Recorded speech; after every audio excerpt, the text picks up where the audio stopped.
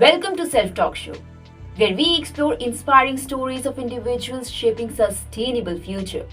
I'm your show host Mitali Uhri, and in today's episode, we journey into the vibrant world of Cynthia Schaefer, a former financial advisor turned passionate advocate for sustainable living and edible landscaping. We delve into Cynthia's remarkable journey, tracing her steps from the corporate world to the heart of nature in Devi, Florida. Discover how she turned her urban home into an edible paradise, weaving sustainability into the very fabric of her lifestyle. Learn about the ingenious integration of energy efficient practices, waste reduction, and water conservation. With this thought and energy, let us welcome Cynthia Schaefer. Cynthia, thank you so much for joining us on Self Talk Show. Let us begin your interview right away. Can you share with our audience a bit more about your journey from being a successful financial advisor to a passionate advocate for sustainable living and edible landscaping? Great question. Everybody wants to do some sort of midlife switch, right? To follow their passion instead of following their pocketbook. I was just really, really lucky. I've always been passionate about sustainability, and I've always loved growing food and being anywhere where Mother Nature is.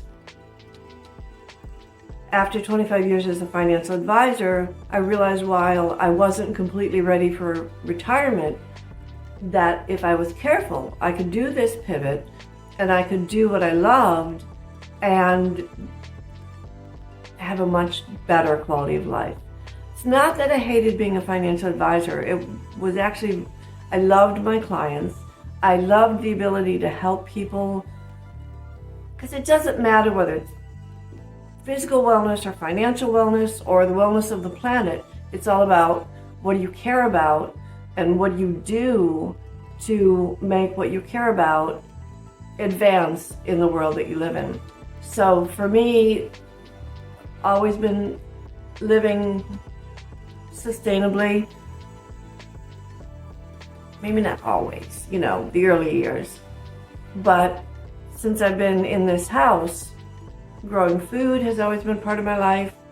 And of course, in South Florida, we can grow food year round. When I realized that I really wanted to make the pivot, I had to make some hard choices because, it's definitely economically a very different way of living. But I wouldn't trade it for all the world. It's a beautiful way to live, to be just so in harmony with Mother Nature, to be able to just go out in the yard and pick food and bring it in and eat it. I feel vibrantly alive because of my lifestyle, and I'm just forever grateful that I've been able to do this. Wow, that's quite an incredible journey. So let's head on to the next question. What motivated you to establish the South Florida Edible Gardening and Sustainable Living Collective? And what are some key initiatives and activities it promotes? If I would have known that I was going to have to say that name so many times, I would have made it a lot shorter. So South Florida Edible Landscaping and Sustainability, Edible Gardening and Sustainability, came about because I had learned so much about permaculture and regenerative ag, although at the time they weren't calling it that. And I was in the process of turning my urban home with its, regular lawn and decorative landscaping and all the things you expect to see in a neighborhood. And I was in the process of turning it into this sustainable, vibrant landscape, growing food, changing everything, including starting to keep chickens and things like that. And the first meetup, quite frankly, I posted because I wanted to do a workshop and I wanted to have help with my work. So I had people come and they helped me do an area of the yard with lasagna bed gardening. And lasagna bed is simply, you start with newspaper or cardboard, you cover it with manure, you cover it with tree mulch, and you can layer that as much as you want. It's basic soil building, but it's a great way to take an area that is already established as a lawn. You don't want to disturb the soil network, the soil web that's below whatever's growing.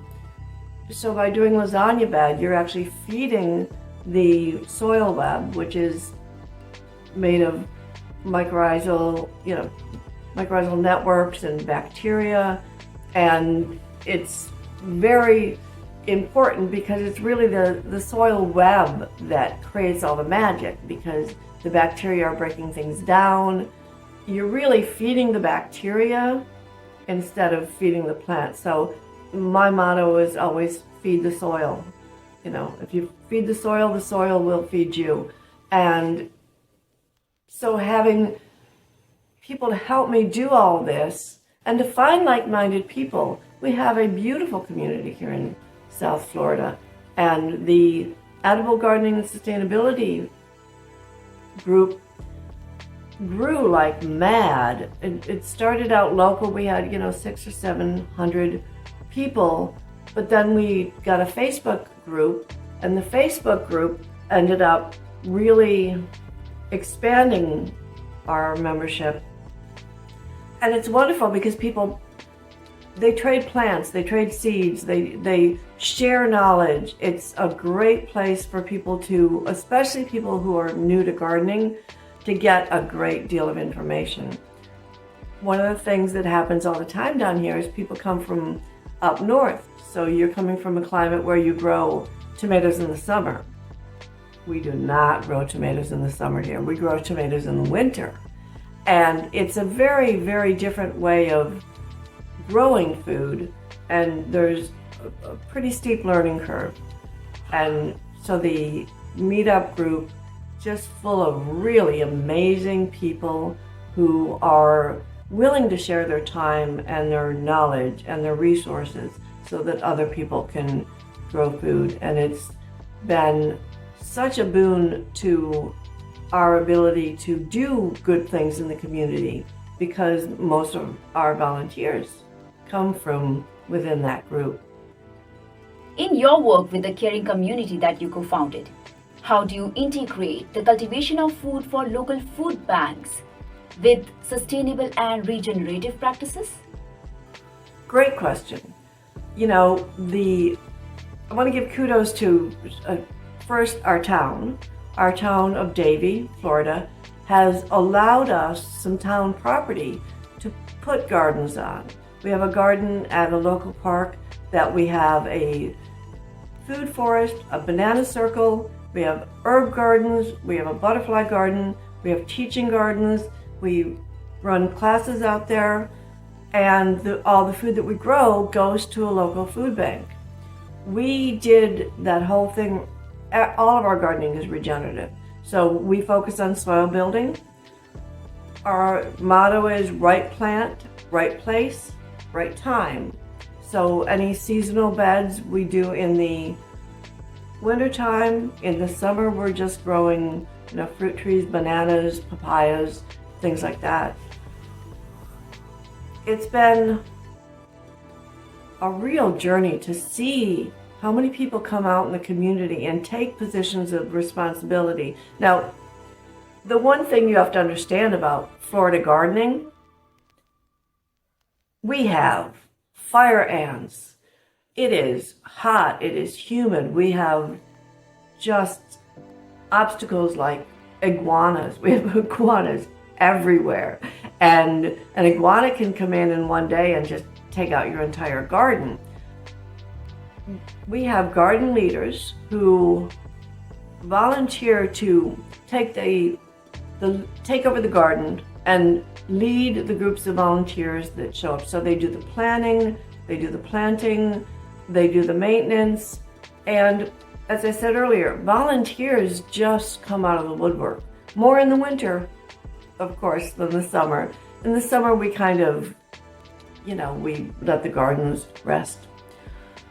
So we have the gardens through the town of Davie. We have a member of the caring community who took his house and he from the day he bought it, he started turning it over using volunteers, and he has created a food bank garden. His entire yard is a food bank garden, and he's engaged his neighbors in the neighborhood. And in fact, when he takes his produce to the food bank that he takes it to, there is a line of people waiting because they so rarely get the fresh organic fruits and vegetables in the food banks. We also have a program where we do gleaning, which means, in Florida, so many people have fruit trees in their backyards. A mango tree, I have a medium-sized mango tree and it gives me 500 pounds of fruit. So when the fruit comes, a lot of people have excess. And what we do is we have volunteers that go out. And on this, we partnered with the Society of St. Andrews, which is I'm not sure if they're national, but they're definitely regional. And they do gleaning of farms and everything. So our volunteers will go out to a home, of course with the owner's permission, and we pick the fruit and we take it to a food bank for the owners. The owners get a tax receipt for the donation. They don't have to worry about fruit rotting on the ground. It's a win-win-win. And of course, when there's so much food, to be able to get it to the people that want it is super gratifying. And that's mostly our summertime activity for the fruit trees. And it's just fun to be out there for 2 or 3 hours picking fruit and hanging out with people that are just wonderful people because they're out there doing great things for their community with nothing. They get nothing in return but gratification for their work. In the wintertime, there are farms north of us that our organizer for the gleaning arm of our organization, she organizes for them to glean farms. So picking lettuce, tomatoes, whatever the farmer is generous enough to donate. We've done things like we had a Gardens Matter giveaway. And what we did there is we gave away 100 small starters for a mini food forest, and then we gave away 50 starts for a butterfly garden, and that enabled people to get started. And also, of course, we gave them the education along the way. That turned into our town last year was the first annual Gardens Matter Day, where we had food trucks. We were out at our garden in that particular park, and we had food trucks and we had people educating about not only how to grow regeneratively, but about things like water, like how do you build berms to control water, because when we get a rainfall, we get a lot of rain at once.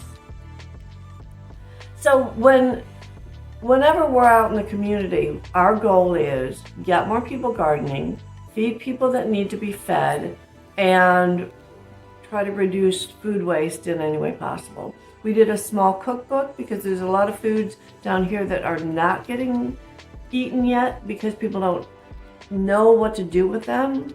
But there are foods that are just so prolific that you just get buried in, like there's a food called katuk, which grows as a bush, and it's just greens everywhere. We have so many spinaches that grow well. It's really a very diverse and prolific area. And so in teaching people how to be sustainable, we're helping the area in general, because we do have a problem here with a lot of people using pesticides monthly on their lawns.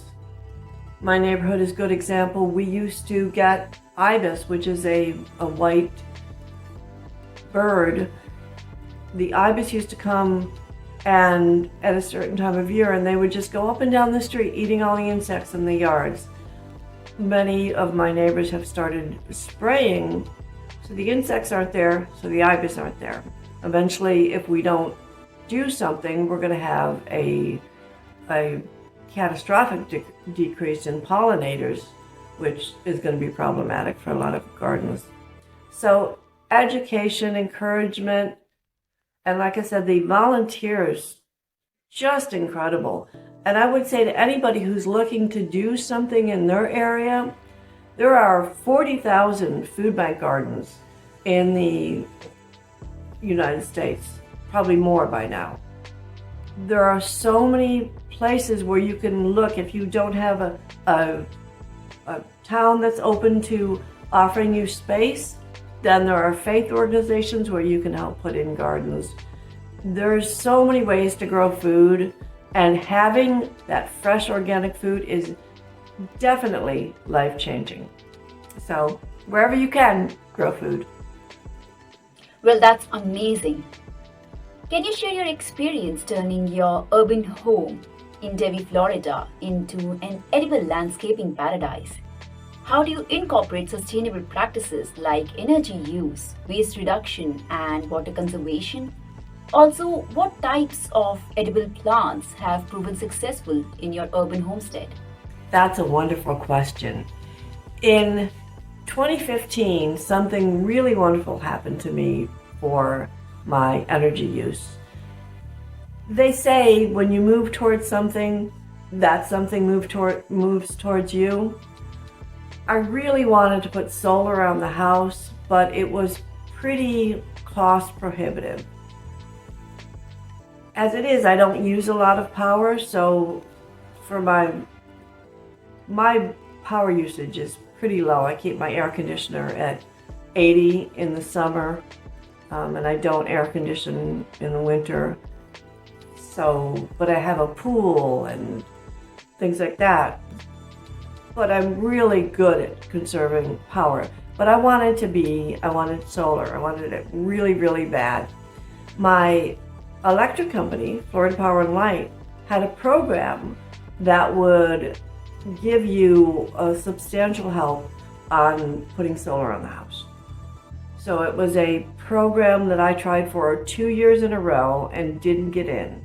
It was really kind of crazy because they had X number of dollars. They would open up that ability at 8:30 on this, a certain day, and you basically had to type as fast as you could, get all your information in, hit enter, and hope that you got it. So the first 2 years I did not get it, but the third year, which was the last year of the program, I got it. I was so excited. I called my solar guy and I'm like, I got this email. Is this really, did I get it? Did I get it? So the installation on my house, which is 95 kilowatts, I think, I'm not sure, but it was $34,000. But FP&L gave me $18,000 of that, and then there were tax breaks. So basically, what it boiled down to is it was a 10-year payout in the use of my electricity. And it's just so nice to know that I'm using solar instead of something else. It's also when the power goes out, which it does from time to time, I have plugs so I can actually get, it's not a full generator, it's not a full house generator. Someday maybe I'll be able to manifest some full house batteries. But for now, I have emergency power to run the refrigerator and the freezer and the,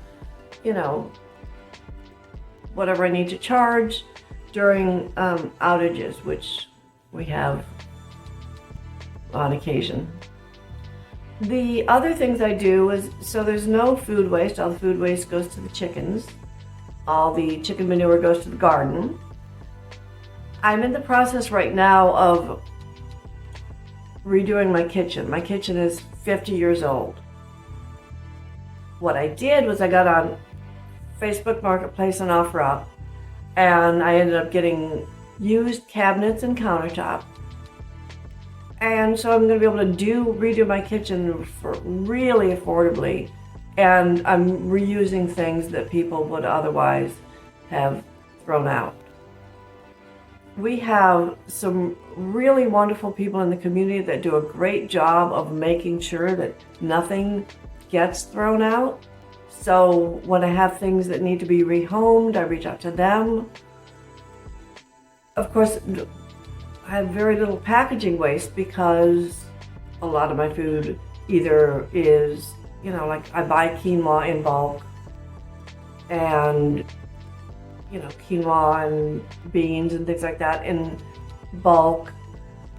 And I don't eat hardly any processed foods, so there's very little packaging.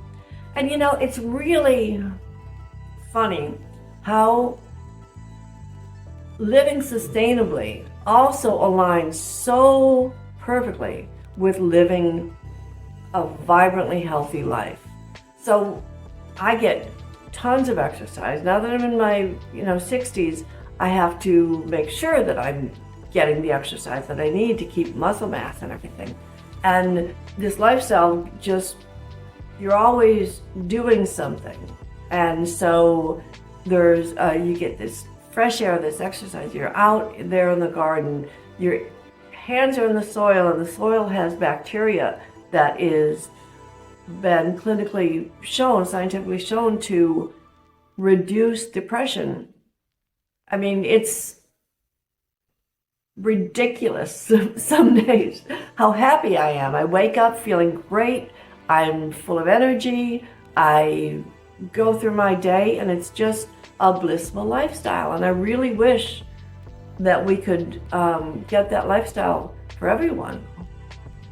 Can you elaborate on how your Real BMI, with its incorporation of 5 elements, that is earth, air, fire, water, and ether, influences personal well-being and contributes to the health of our planet?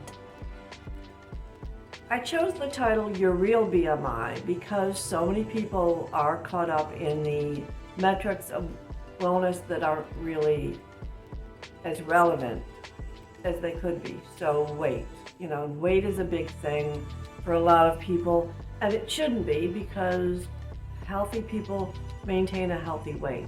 Now we have a world that is full of toxins, which are hormone disruptors, which are a big piece in the obesity puzzle. Obviously processed foods are another big piece in the obesity puzzle. What really woke me up when I was learning herbalism was the idea that what we're experiencing in our bodies can be correlated to the elements. So for example, I am a fiery person. I get fired up easily. I'm very passionate. I do not need to be fired up by anything external. In fact, what I need is I need to have earth to ground me, and water to moisten me, and ether to cool me, because that's how we achieve balance, right? We offset one element with another.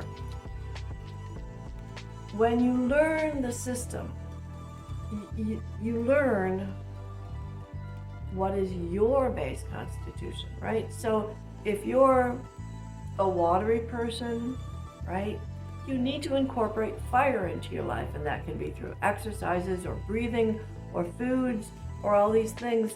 But the premise, the foundation of all of the traditional wellness practices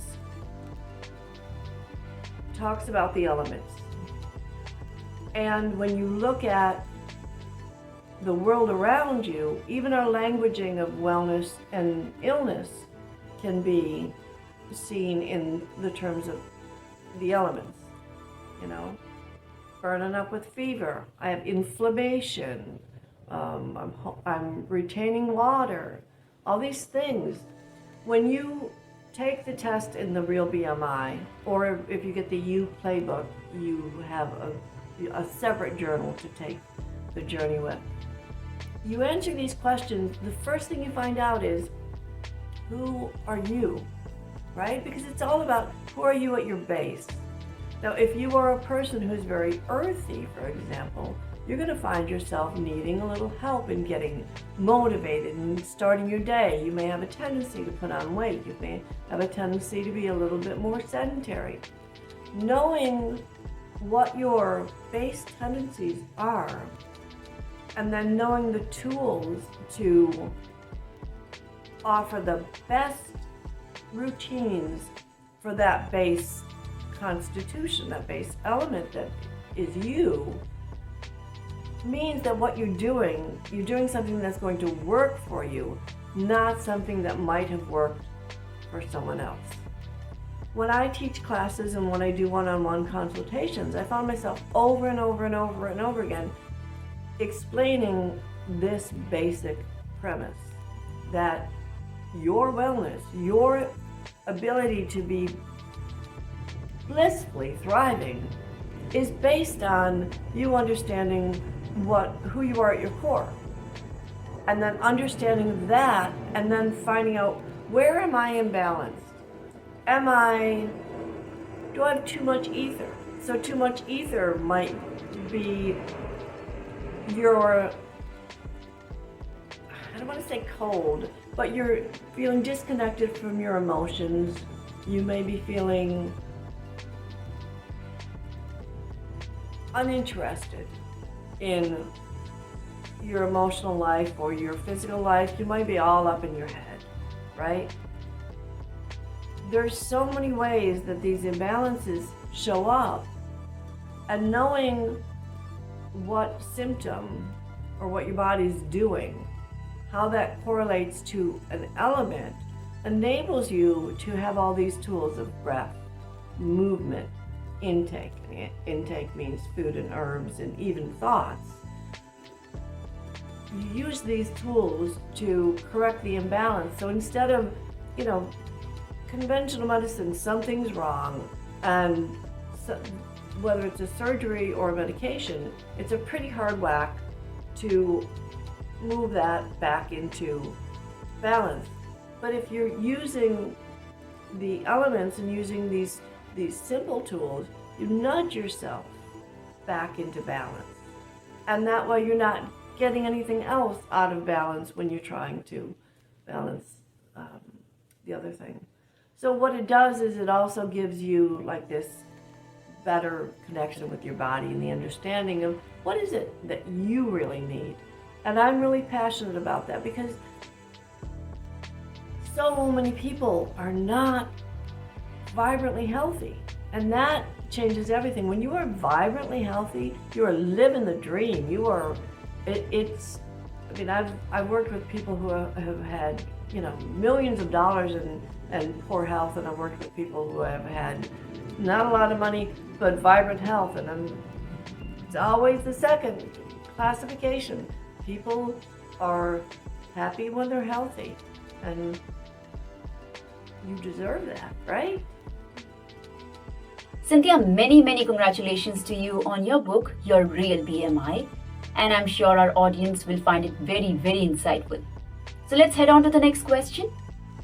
How did your 8 years on agricultural and environmental advisory committee shapes your perspective on local green policies, and what accomplishments are you particularly proud of during your tenure?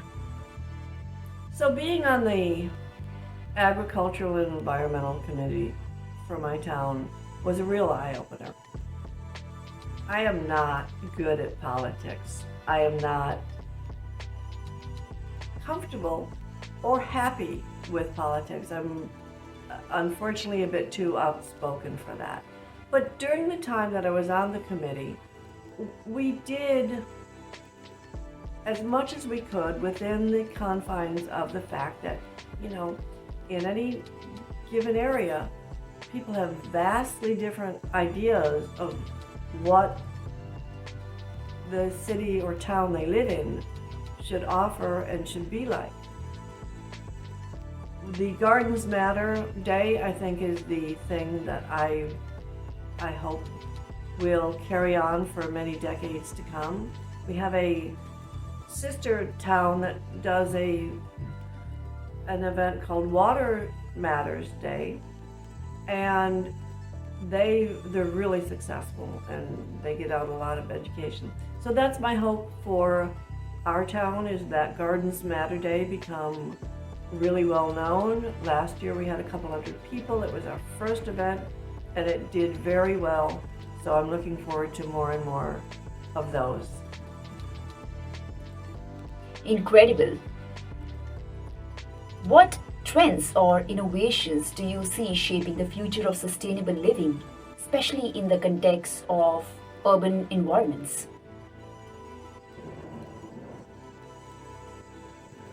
I'm super excited about the future of urban agriculture. I think we're seeing a bigger trend towards that, and the European countries are probably a bit ahead of us. But rooftop gardens and vertical gardens, there's a company doing something, what's it called? FarmBot. It's called FarmBot, and it's basically a robot that measures, soil moisture. It can plant, it can harvest, it can water, and it does it all based on, analysis of what the plant needs. So it's really super efficient. A lot of people understand now that monocropping is detrimental to the planet and that diversity is the answer to our problems moving forward. So there's more and more towns doing what my town did, which I applaud my town so much, because they allow us to do the gardens. They allow us to, they support us. They're looking to make our town more green. They're actively trying to get more gardens.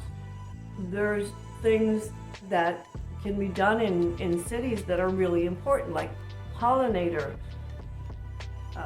corridors and things like that, to really give our insect life a place to thrive. Leaf blowers are a terrible thing.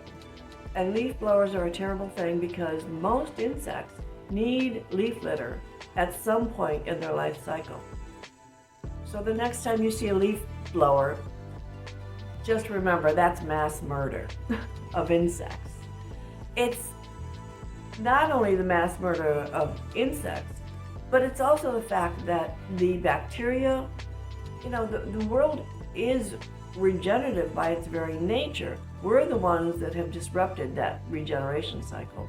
So whether it's something as simple as not raking your leaves in the fall, or composting, or whatever, Mother Earth really has the ability to fix things pretty quickly.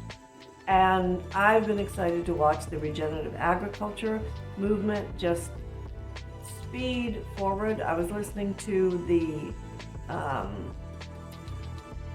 it was a farmers conference, and instead of talking about pesticides and fertilizers, they were talking about inoculating their land with mycorrhizal networks and the bacteria that will help create a healthy soil web.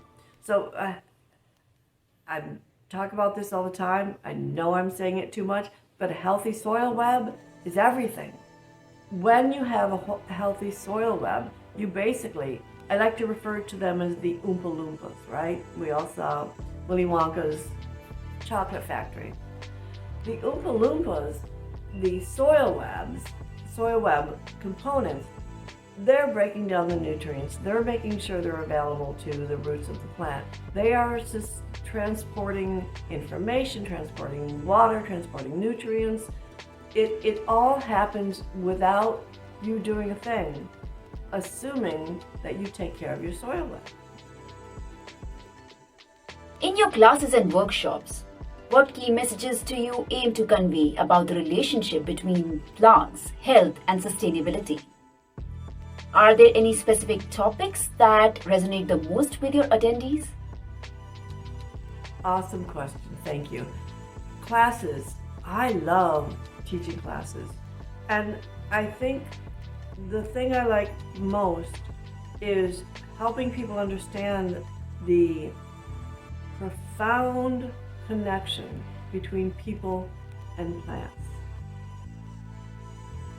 Every plant has its own specific makeup, and it has all these compounds.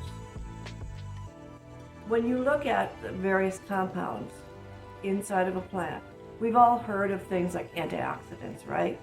Which is just a small piece of the puzzle. These different constituents in a plant do different things in the body. And some of them work in the circulatory system, some work in the digestive system, some work in the brain, some work in the lungs and the heart, etc., etc. So if you simply increase the diversity of the plants that you eat, you are giving your body this pharmacopoeia of things that it can use to do repair and maintenance on your body that you may not even be aware needs to be done. The triage theory of micronutrients tells us that if you are short a nutrient, what's going to happen is the body will prioritize current needs. So future needs, rest, repair, maintenance, don't get taken care of when you are deficient in micronutrients, which a lot of us are.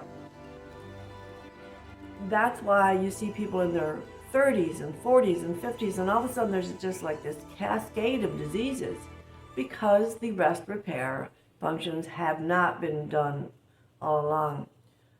When you incorporate diverse plants into your diet, it changes everything. First of all, most of us are fiber deficient. And I really believe that the value of a vegetarian diet is not necessarily just the absence of meat. I think meat isn't necessarily as harmful as some vegetarians think it might be. But I do think that when you're eating meat, you are not eating as many vegetables. So vegetables, there's so many different fruits and vegetables that it's astounding. When we were evolving, we evolved as hunter-gatherers. So we might ingest 100 different plants in a week.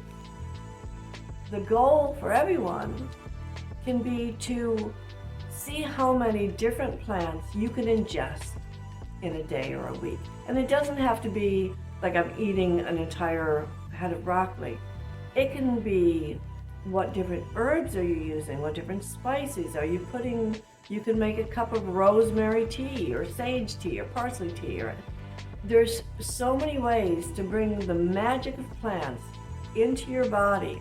And as the more you do that, the more efficiently your body is operating, and you begin to understand what you really need.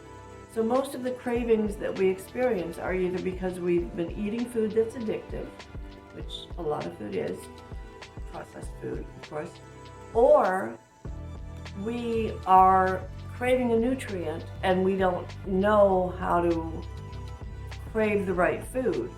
So for example, sugar cravings.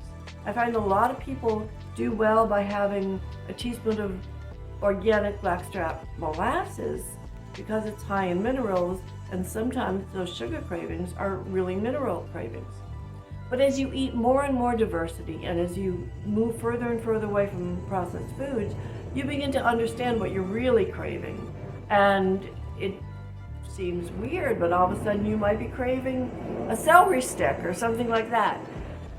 I always tell people when they're starting out and they're working on, changing their life for the better health-wise, don't think about deprivation. Don't think about what am I going to not do. Add in. If you start out by just adding in, 6 different chopped vegetables to your day that you've never eaten before or that you don't eat on a regular basis, add in more food, and the more you add in healthy, organic food, the more whole food, the more you're going to get in touch with your body and your body is going to respond. There are so many valuable constituents in what we call weeds. So, dandelion is amazing. Burdock, there's, down here we have dollarweed, we have pellitory, we have hawkweed. There's a little vine that grows in my yard that has a cucumber that's about that small. Grows like mad. It's a weed. I don't have to do anything except harvest it. And I pickle it because I get so many of them. There is so much nutrition out there. And even if all that you can manage to do is grow a little herb garden in your kitchen or something, that is going to be meaningful. Because when you eat food directly from Mother Earth, grown in healthy soil, you are getting things that you can't even imagine that are doing fabulous things for your body. And the more you do this, the more connected to the earth you become. You find yourself operating in a slower pace. You're less stressed. And the thing that I want to mention about anxiety and stress, everyone is consuming these stimulating nervines, right? That's what we call it. In herbalism, caffeine is an herb and it's a stimulating nervine, right? You're constantly stimulating your nervous system, whether it's through, a cup of coffee or a Red Bull or some of these other terrible things they have out there. It's okay to stimulate your nervous system sometimes when you need it.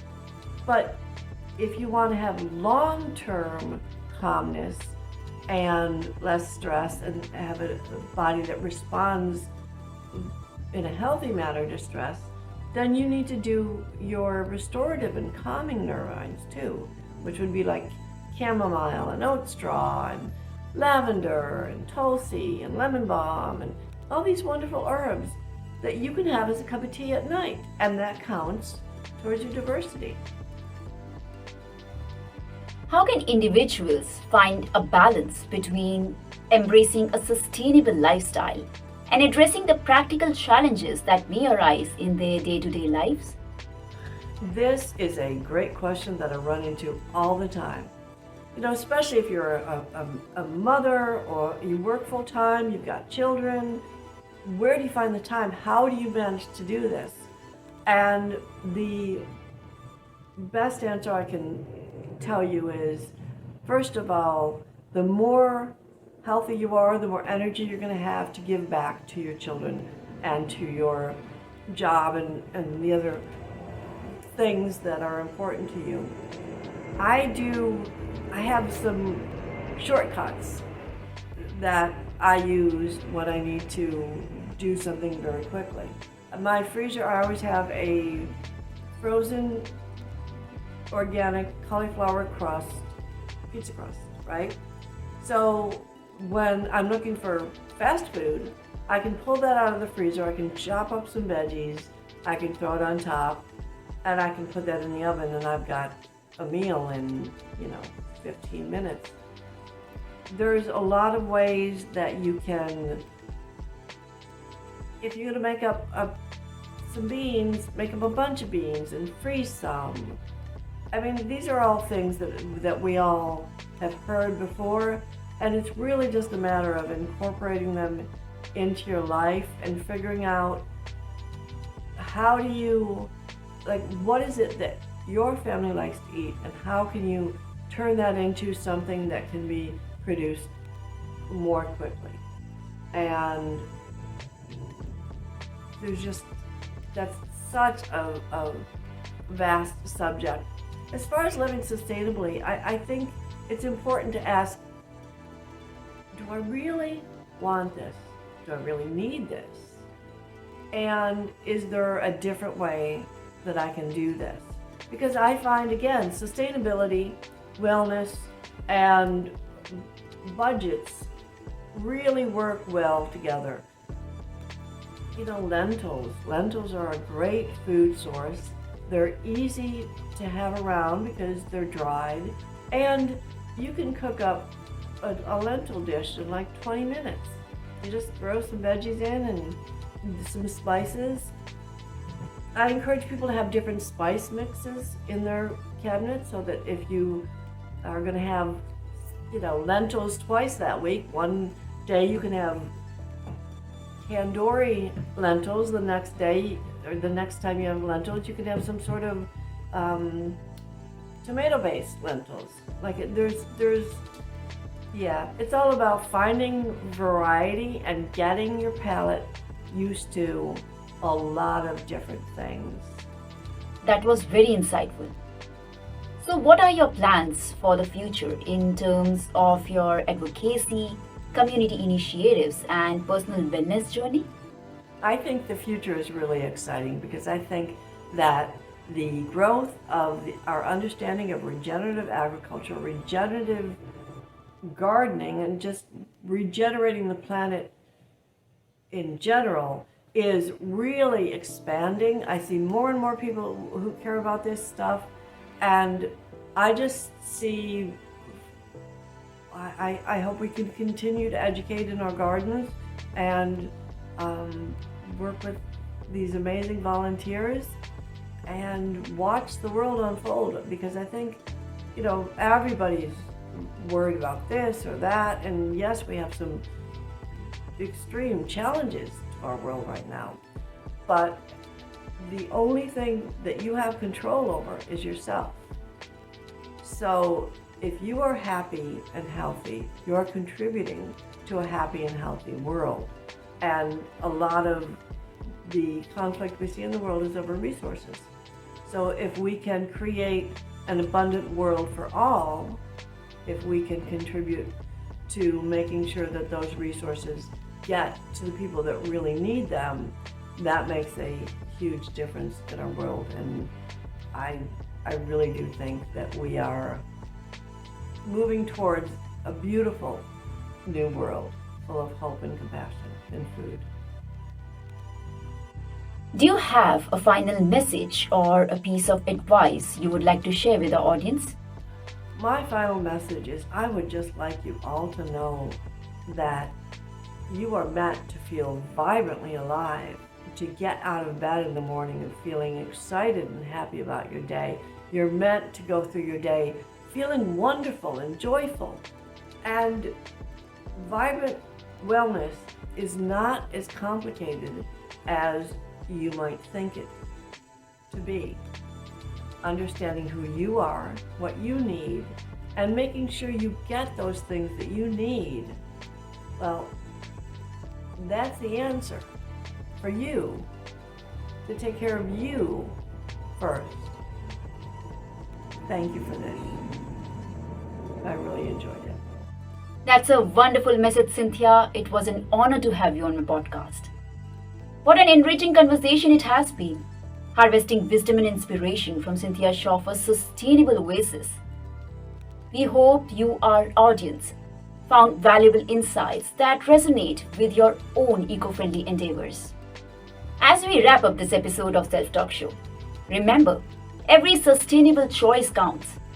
Thank you for tuning in and follow us for more inspiring stories like these. I'm Mithali Ohri signing off, and until next time, let's keep harvesting harmony in our lives and on our planet.